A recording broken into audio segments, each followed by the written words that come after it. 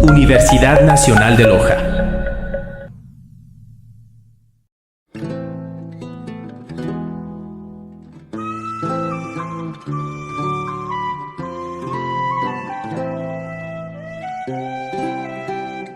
La línea del tiempo de la arquitectura clásica romana está dividida en tres grandes periodos históricos: Roma republicana, Alto Imperio y Bajo Imperio.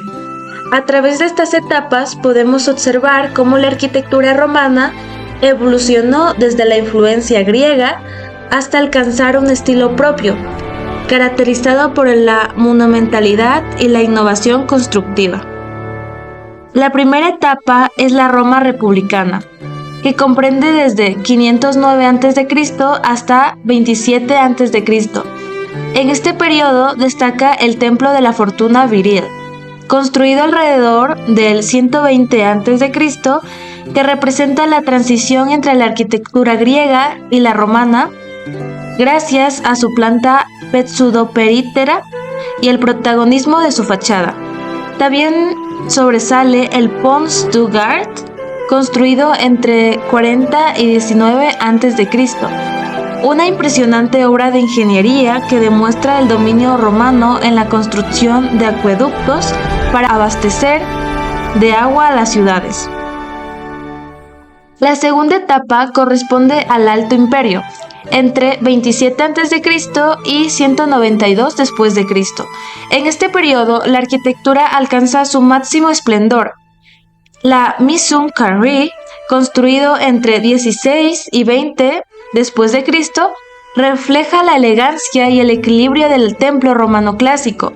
Posteriormente, el Panteón de Roma, reconstruido entre 118 y 125 después de Cristo, durante el gobierno de Adriano, representa uno de los mayores logros de la arquitectura antigua, gracias a su enorme cúpula de hormigón y su óculo central, una solución constructiva que aún hoy sigue siendo admirada. Finalmente encontramos el Bajo Imperio, que abarca desde 1902 después de Cristo hasta 476 después de Cristo. En esta etapa destaca la Basílica de Magencio, construida entre 306 y 312 después de Cristo, reconocida por sus enormes bóvedas. El Arco de Constantino, inaugurado en el 315 después de Cristo para conmemorar una victoria militar, y la antigua Basílica de San Pedro, edificada entre 330 y 333 después de Cristo, considerada uno de los primeros grandes templos del cristianismo. Templo de Fortuna Virilis, construido alrededor del año 80 a.C. durante la Roma republicana, es un templo que refleja la influencia de la arquitectura griega, aunque incorpora soluciones propias desarrolladas por los romanos. Su ubicación en el Campus Martius, cerca del río Tíber, demuestra que formaba parte de una zona de gran actividad política, comercial y religiosa. Al analizar el plano urbanístico, se observa cómo el templo se integra dentro de una trama ordenada de calles, convirtiéndose en un elemento importante de la organización de la ciudad. Arquitectónicamente destaca por estar elevado sobre un podio, al que se accedía mediante una escalinata frontal. Esta disposición dirige el recorrido hacia una única entrada, a diferencia de los templos griegos, que podían rodearse completamente. En la planta se distingue claramente el pórtico, que funciona como espacio de transición, y la cella, donde se ubica la imagen de la divinidad. Otro aspecto importante es que corresponde a un templo pseudoperítero. Aunque parece estar rodeado por columnas, únicamente las del pórtico son exentas. Las laterales están adosadas al muro de la cella. Con esta solución, los romanos conservan la apariencia monumental de los templos griegos, pero logran una estructura más estable y eficiente.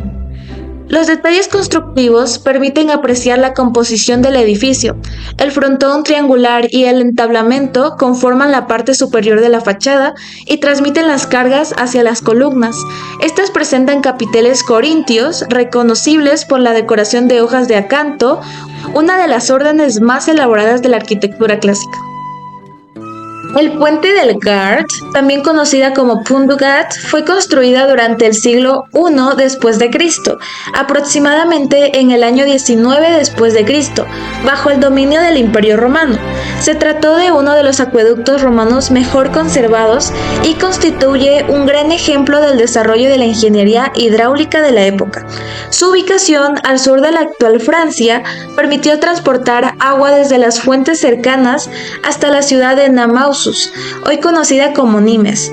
En el plano urbánico puede observarse cómo el puente atraviesa el río Gardón y aprovecha la topografía del valle para mantener la pendiente necesaria para garantizar el flujo continuo del agua únicamente por gravedad.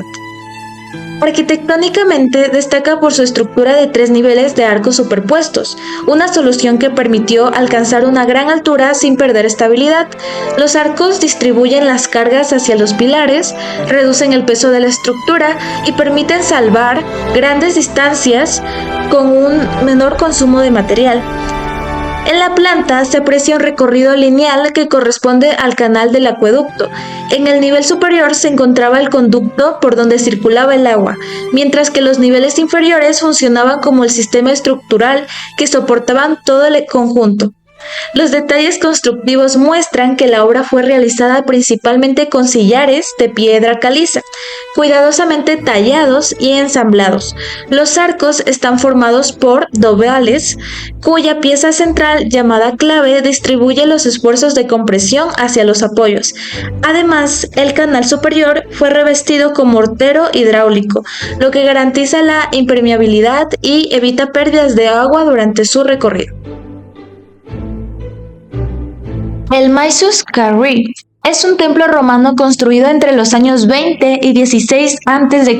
en la ciudad de Nimes, al sur de Francia.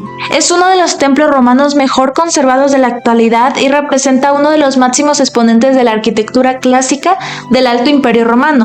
Fue dedicado a Cayo César y Lucio César, hijos adoptivos y herederos del emperador Augusto, quien impulsó un importante programa de construcción monumental en Roma y sus provincias. Además, su diseño evidencia una fuerte inspiración en los templos griegos, especialmente en el orden corintio, aunque adaptado al lenguaje arquitectónico romano.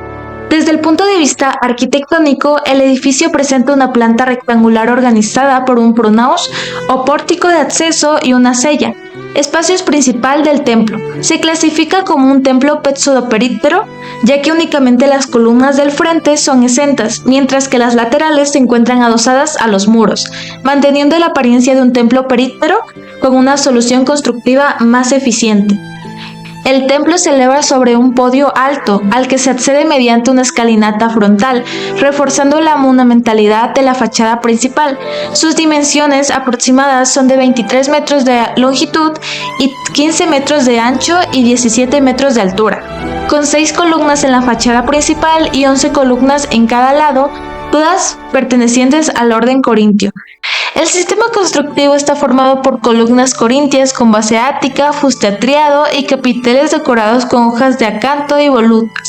Sobre ellas descansa un establamento arquitrabado compuesto por arquitrabe, friso y cornisa. El Panteón de Roma, una de las obras más extraordinarias de la arquitectura del Alto Imperio Romano, considerada una de las mayores hazañas de la ingeniería de la antigüedad. Como podemos observar en el mapa, el panteón se ubica en Roma, Italia, específicamente en la actual Piazza della Rotonda.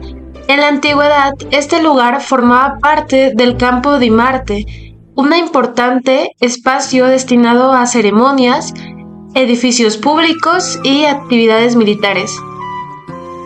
Su historia comienza en el año 27 a.C., cuando Marco Vipsanio Agripa construyó el primer templo durante el gobierno de Augusto.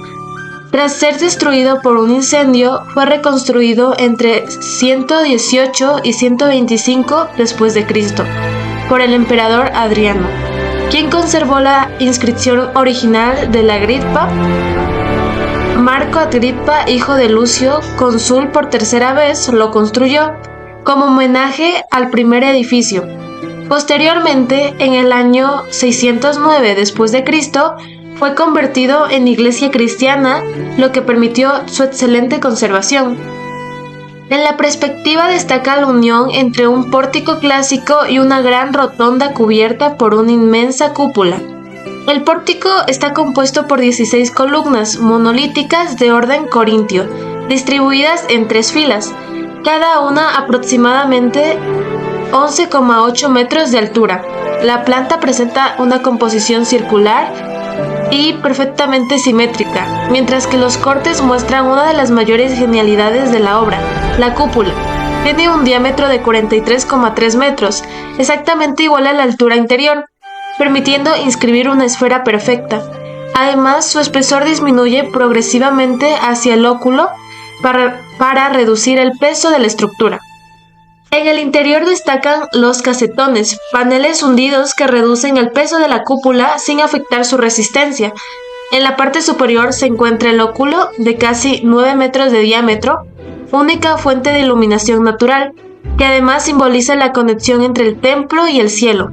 Cuando llueve, el agua entra por esta abertura, pero el piso de mármol posee una ligera pendiente y un sistema de drenaje oculto que lo conduce hacia pequeños desagües. La Basílica de Magencio fue una de las construcciones civiles más importantes de la arquitectura romana. Su diseño demuestra el dominio de los romanos sobre los grandes espacios cubiertos y el desarrollo de nuevas soluciones estructurales mediante bóvedas y pilares de gran tamaño. La organización espacial se aprecia claramente en la planta arquitectónica. El edificio está compuesto por un vestíbulo, una nave central de grandes dimensiones, naves laterales, una ábside principal y un pórtico lateral, y un ábside añadido posteriormente. Además, su implantación muestra la relación con edificaciones cercanas como la Domus Aurea y el Templo de Venus y Roma, integrándose dentro del conjunto monumental de la ciudad. Uno de los aspectos más destacados de esta basílica es un sistema constructivo. La nave central está cubierta mediante bóvedas de arista, mientras que las naves laterales utilizan bóvedas de cañón, permitiendo cubrir grandes luces y distribuir las cargas hacia los pilares compuestos. En la sección transversal se observa una nave central mucho más alta que las laterales, alcanzando aproximadamente 18,60 metros de altura, mientras que el ancho de la nave principal lleva a 32 metros y el ancho total de la sección es de 30,60 metros. Otro elemento importante son las ventanas termales, de aproximadamente 10 metros de altura y 6,20 metros de ancho, que permiten la entrada de abundante iluminación natural a la nave central, mejorando la amplitud visual del espacio interior. El Arco de Constantino, un monumento romano construido en el año 315 después de Cristo para conmemorar la victoria del emperador Constantino sobre Magencio en la batalla del puente Milvio. Se encuentra en Roma entre el Coliseo y el Monte Palantino, siendo uno de los arcos triunfales más importantes conservados en la antigua Roma. En esta lámina se observa la elevación frontal, la elevación lateral y las plantas y la sección transversal del Arco de Constantino. El monumento tiene una altura aproximada de 21 metros y una longitud de 25,9 metros y una profundidad de 7,4 metros. Su composición está formada por 3 vanos o arcos, un arco central de mayor tamaño y 2 arcos laterales más pequeños. Esta disposición genera una jerarquía visual que enfatiza el paso principal. También se puede apreciar los elementos estructurales como columnas corintias, pedestales, basamentos y ático. En la planta se observa una organización simétrica. El arco central constituye el eje principal de circulación, mientras que los arcos laterales complementan la composición. Esta distribución permite el paso ceremonial y refuerza el carácter monumental del arco. En esta lámina se muestra algunos de los elementos más representativos del arco. El ático es la parte superior del monumento y contiene la inscripción conmemorativa. La estatua de prisioneros de Asios fueron reutilizadas de monumentos anteriores y simbolizan el poder del Imperio Romano. Las columnas corintias destacan por sus capiteles decorados con haz de acanto. También se observan los medallones o tontos que representan escenas figurativas y el friso de Constantino, donde se representa acontecimientos relacionados con su victoria y gobierno. La antigua Basílica de San Pedro, una de las iglesias más importantes del cristianismo primitivo, fue construido en el siglo IV por orden del emperador Constantino sobre el lugar donde, según la tradición, se encontraba la tumba de San Pedro. Este edificio se convirtió en un importante centro de peregrinación y un modelo para la arquitectura cristiana posterior. Observamos una vista general de la basílica. Se identifican elementos como el atrio, el nartes, la nave central y las naves laterales.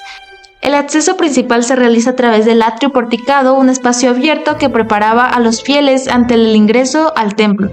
Después se encontraba el nartes, que funcionaba como vestíbulo de transmisión hacia el interior. La nave central destaca por su mayor altura respecto a las naves laterales, permitiendo una mejor iluminación y enfatizando el eje principal que conduce hacia el altar. En esta lámina se muestran algunos elementos constructivos importantes. Las columnas presentan capiteles corintios decorados con hojas de acanto, herencia de la tradición clásica romana. También observamos la base de las columnas, las ventanas altas que permiten iluminar la nave central y los puentes principales que marcan el acceso monumental al templo. Finalmente destaca el ábside, un espacio semicircular donde se encuentra el altar y simboliza el lugar más sagrado de la basílica. Cada una de estas obras refleja la evolución de la arquitectura romana a lo largo de sus etapas, mostrando cómo sus avances constructivos y su concepción del espacio respondieron a las necesidades de cada periodo, dejando un legado que marcó el desarrollo de la arquitectura en los siglos posteriores.